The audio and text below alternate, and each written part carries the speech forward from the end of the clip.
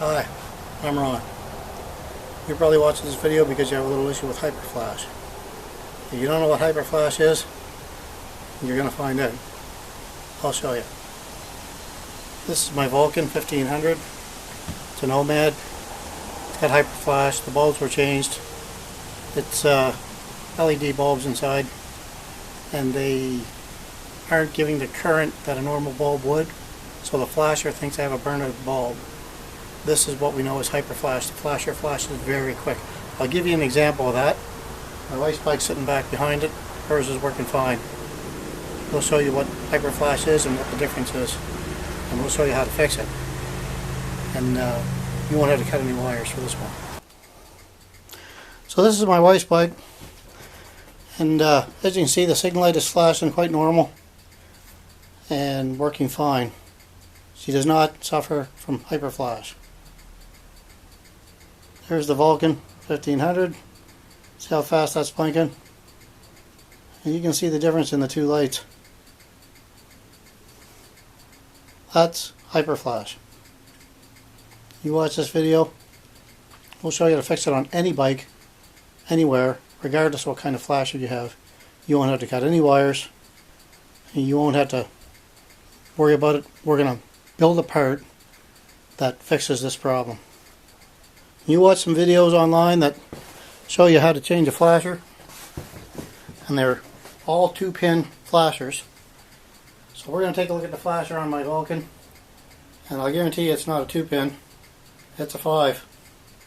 And you try to find a flasher to fit that's going to fix your problem. You're not going to find one to fit it, but I'll show you how to fix it up. Now, first thing we're going to do is we're going to remove the seat so we can locate the flasher, because the flasher is the cause of the problem. In order to move the seat on this bike, it's not very difficult. I'm not a mechanic. I'm not going to say that I am. I'm not going to pretend that I am. Underneath this seat, right in the back, right here, there's a bolt on each side. 10mm bolt.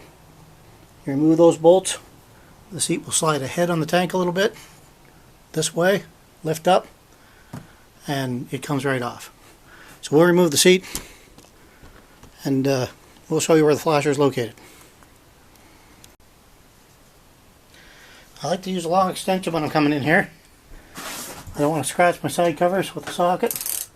It'll slide by quite nicely. Just give it a quick torque. Put it off. You can spin it out by hand. And there it is. We'll set that in a spot where we can get at it when we need it and we won't lose it. We'll go take the one off the other side.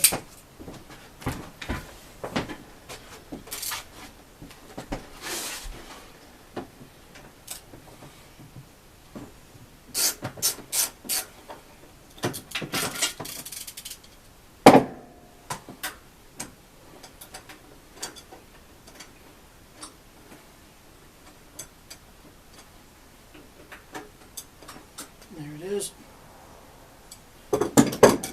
Yeah. Just lift up with the front of the seat, and out it comes.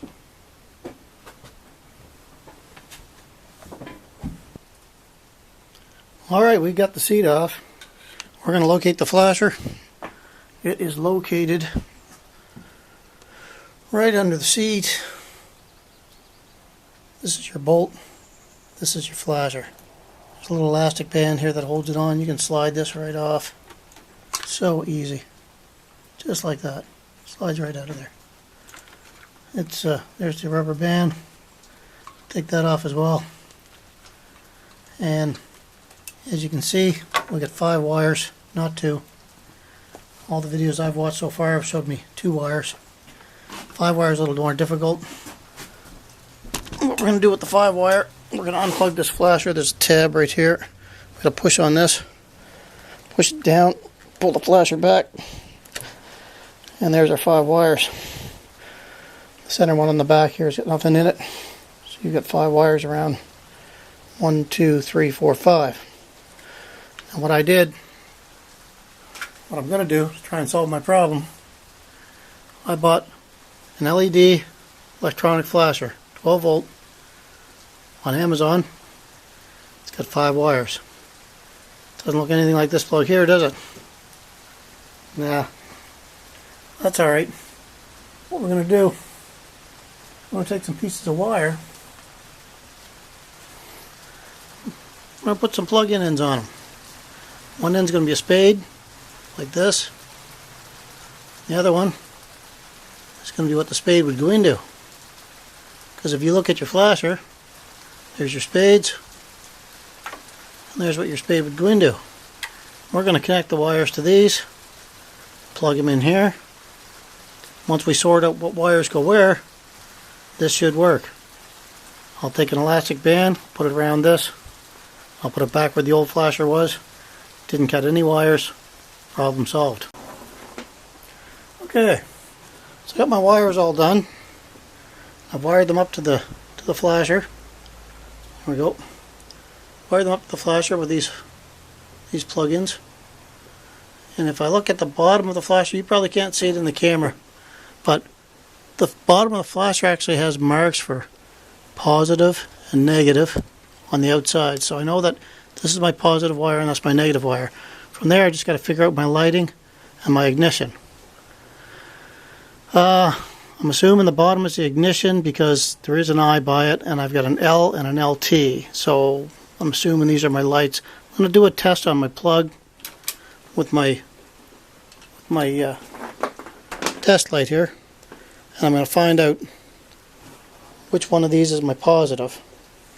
So all I'm going to do is I'm going to turn the ignition on, I'm going to ground my test light, and I'm going to start checking wires. And one of these lights is going to be live. That's going to be my positive. I'll plug my positive into it, and we'll go test wires from there and see what we can find out. So, without no further ado, I guess the best ground I could have would be the ground on the battery.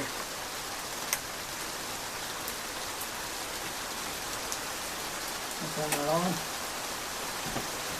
and I'm going to try and find my live. Not there, not there. Not there, not there. There it is. Here's my live. So I know that this one is my live up there. And since I have a positive mark on my switch, it's going to plug in there. That's my orange wire with a, looks like a green stripe. That's my live. I've rigged up my red to be my live on my plug, so it's going to go in there. Now the one down below could be the ground. There's no markings on this to indicate which was live, which was ground, so we used the trouble light. We determined that this was our live on the bottom here. I found that the ground was right above it. I tested the switch at the handlebar with the ground, and found out that the switch was the center, and these are my two lights. So from there it was just a matter of figuring out right and left side. So you've got live, ground, handlebar switch, one side, the other side. Live, ground, handlebar switch, light, light. These are marked live, ground, handlebar switch is an I on it for the switch, and the lights are, of course, in the center here. You have L, T, and L. So that's my lights. It does work. It stopped my Hyperflash problem. I'm going to get an elastic, put it on there, and put the seat back on, and then I'll be done. But just so you know,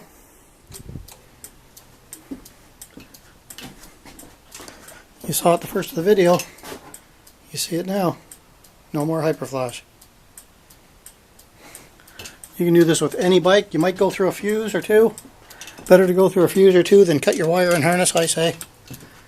And I'm really happy with my results. I'll get an elastic on that now, and I'll put it together, and I'm done. It's in the same place it used to be. No wire sticking out.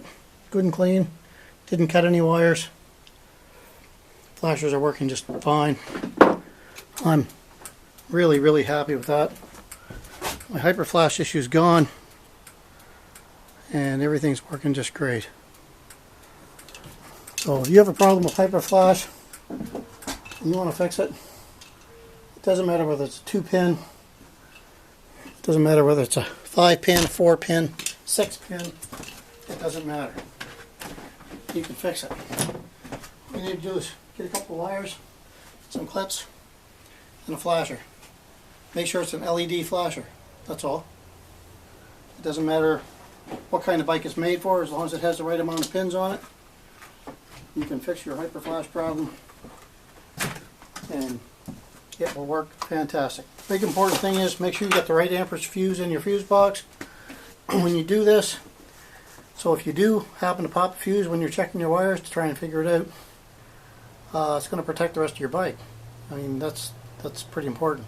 So maybe pick up a few 10 amp fuses. I went through one, which wasn't bad, but I could have gone through more. Pick up a few 10 amp fuses or 15, whatever it calls for. This one calls for a 10. Fuse box on this one, if you're doing the Nomad, is right here. It's really easy. It's got a pull tab here. You pull it up. This whole cover comes right off. Inside the cover, it'll tell you what the fuses are for. So it's pretty straightforward. And this is my one for my signal light right here, the top. It's a 10 amp. I had to change it. But like I said, really happy with the results. I'll put the seat back on and we're ready to roll.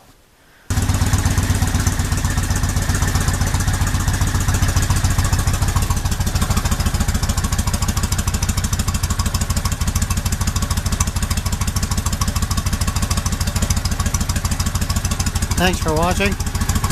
Don't forget to subscribe.